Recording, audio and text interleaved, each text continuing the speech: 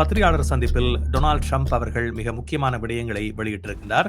நேற்று இடம்பெற்ற பத்திரிகையாளர் சந்திப்பில் கேட்கப்பட்ட கேள்விக்கு இந்த வர்த்தக பேச்சுக்கள் ஆரம்பிக்கப்படுமா, கனடாவுடனான தொடர்புகள் தொடர்ந்து பேணப்படுமா என்ற கேள்விக்கு அவர் பார்க்கலாம் என்ற ஒரு பதிலை சொல்லியதோடு இரண்டு தலைவர்கள் பற்றியும் மீண்டும் புகழாரம் சூட்டிய ஒரு விடயத்தையும் காணக்கூடியதாக இருக்கின்றது.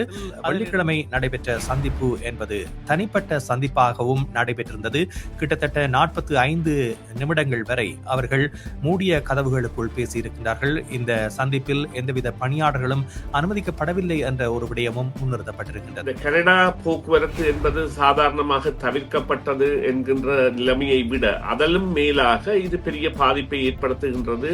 அந்த பொருளாதாரங்கள் தங்கி இருக்கின்ற நிலைமைகள், ஹோட்டல்கள் மற்றும் இதர பணிகள் இத்தியாதிகள் தங்கி இருக்கின்ற நிலைமை என்பது மாறி இருக்கின்றது என்கின்ற நிலைமை எல்லாம் உணரப்பட்ட தன்மையாக இருக்கும். இம்மூன்று தலைவர்களிடையும் இந்த FIFA தேர்வின் பொழுதான ஆளுமை மிக்கவராகவும் அது ஒரு நகைச்சுவையாக விடயங்களை எடுத்து சென்றவராகவும் நகைச்சுவை மூலம் பல விடயங்களை விளங்கப்படுத்தியவராகவும் இருந்ததோடு சில வரலாற்று சம்பவங்களையும் தொட்டு சென்றிருந்தார்.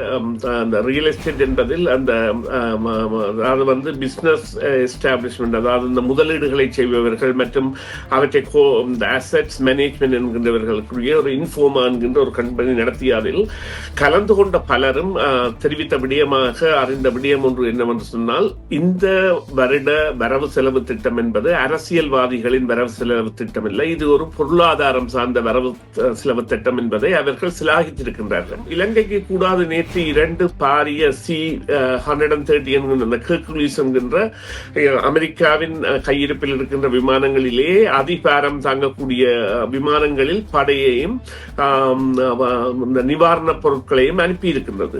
அவ்வாறாக அதன் முகம் என்பது தற்பொழுது நிலைமைக்கு தக்கவாறு செயற்படுதல் என்கின்ற பாணியில் கூட வருகின்ற தன்மையை நாங்கள் பார்க்கக்கூடியதாக இருக்கின்றனர். அமெரிக்கா நினைத்த மாதிரி இந்த உலகம் இல்லை, உலகின் போக்கு மாறிவிட்டது. நாங்கள் ஏற்கனவே அறிந்த விடயமாக இருந்த இந்த மல்டி போலர் என்கின்ற தலைமைகள் வந்துவிட்டன. எனவே உக்ரைன் விவகாரத்தில் கூட தீர்வு எவ்வாறு இருக்கும் என்று தெரியாது போன்ற பல விடயங்களை அவர் தெரிவித்திருந்தார்.